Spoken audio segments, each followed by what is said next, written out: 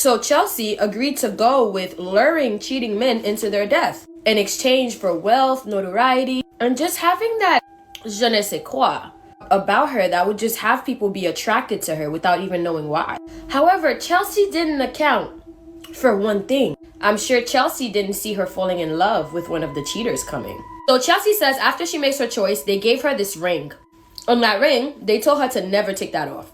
Gave her the ring, sent her back to land, and told her that they would basically update her in the forms of dreams. So Chelsea came back to her friends like nothing ever happened, except when she came back, it was entirely the next morning. She came back to her friends panicking, looking for her everywhere because like, yo bro, where did you go? You were missing all night. And Chelsea created a lie. She was like, yeah, basically she was out at the beach. She saw a few people and then she just time passed her by. She says her assignments would come to her in her dreams. And she says how she receives her assignments in her dream goes as follows. She would just have the entire dream all the way through, if that makes sense. So in her dream, she would be able to see exactly who she's going after, where they would meet, and exactly where to bring them. Imagine her seeing her future self going through with it. She says her first victim was from her school. She had a dream of her actually carrying out the act and, you know, sacrificing this soul. So she knew what to do. However, when was the right time to strike? Like, how would she go about this? She said actually everything happened exactly like it did in her dream. Dude came up to her to speak to her. They got into a conversation. Remember the same melody that the creatures sung to calm her down when she was in the middle of the ocean? The same song that her grandmother used to sing to her to calm her down? That is the same melody or the same humming that she would use to lure these men and put them into trance. So, you know, this guy is like, yeah, we should go on a date. I'm interested in you. And Chelsea's like, that's a great idea. I think we should actually meet up at the beach. And he's like, bet. So the guy's like, bet, let's go to the beach each. Let's go get away. So they get to the beach that night and they do start chilling. I guess Chelsea ain't want to get straight on with it. It was her first time. She ain't never done nothing like this before. She ain't never sacrificed somebody before, so she had to take it slow. Then eventually she starts singing the melody, the song. She starts humming it and he starts going into this trance. And within him going into the trance, what happens is that it's almost as though they get possessed by something and they just walk into their... So she's singing and he starts to feel whatever it is come on him. Dude got up, walked straight into the ocean, jumped in the water, and swam as far out as he could. Until this day, no one's ever heard of him or seen him. And she said that was her first victim. And she said the amount of guilt that she experienced from that, she never wanted to do it again. She said she didn't know how to back out, but there was absolutely no way she was gonna do this again. Until the mermaids did hold up their half of the deal. Now, she said before this, she was a relatively regular girl. Very much so girl next door. All of a sudden, she could have anybody she wants. Man or woman. She just had this aura, this sense about her that was so alluring, that was so attractive. People would get lost in her eyes and wouldn't know why. Her hair grew extremely long and shiny. And she said that body yaddy was tea. Never had to work out to obtain it. And then she said the manyan, the money, the bag was bagging.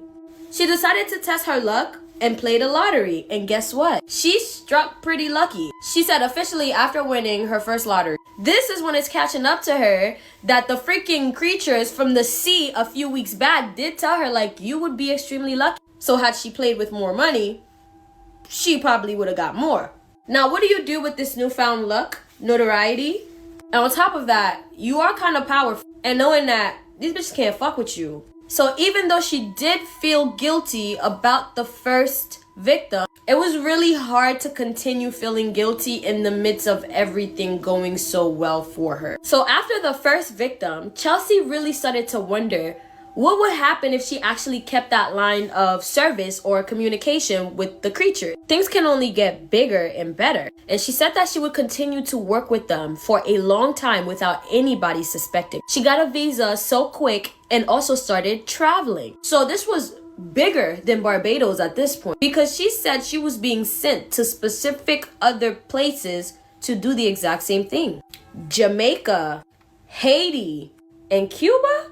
And of course, every great thing just kind of has to come to an end, right? And it would all come crashing down when Chelsea would meet who she believes was the love of her life. So it was a regular day and she had the vision that she had to take this life. Except this time, something different happened because she was speaking to him on his way to his doom, the beach. And when they got to the beach, the conversation just kept continuing. Now, Chelsea says that this guy, she could just tell. He was sensitive. He was different. He was sweet. He was a cheater, but he was sweet. He was asking her about herself. He showed genuine interest in the girl and getting to know her and actually wanting to build a genuine relationship with her, which became different for Chelsea at the time because she could pull anybody that she wants, but she would quickly realize that this is not actually a blessing as much as we think it is, because people are attracted to her for je ne sais quoi, which literally means I don't know why. So she would just go on to develop a lot of empty relationships. But with this guy, her victim, she's actually seeing depth. And like I said, at this point, Chelsea travels and does this. So she is a few souls deep, okay? But there was just really something about this one. Well, she never disobeyed those creatures before, so what's the harm? And as they're sitting on the beach, it actually turned into a real life date. And instead of luring him, Chelsea did not. She didn't even sing to him. Instead, they ended the day with a kiss and plans to meet up again. But what do you think happens when you disobey the Marine Kingdom? This story is nothing that you would expect, okay? It's just so many twists and turns. Like, what? Just wait until you hear the next part.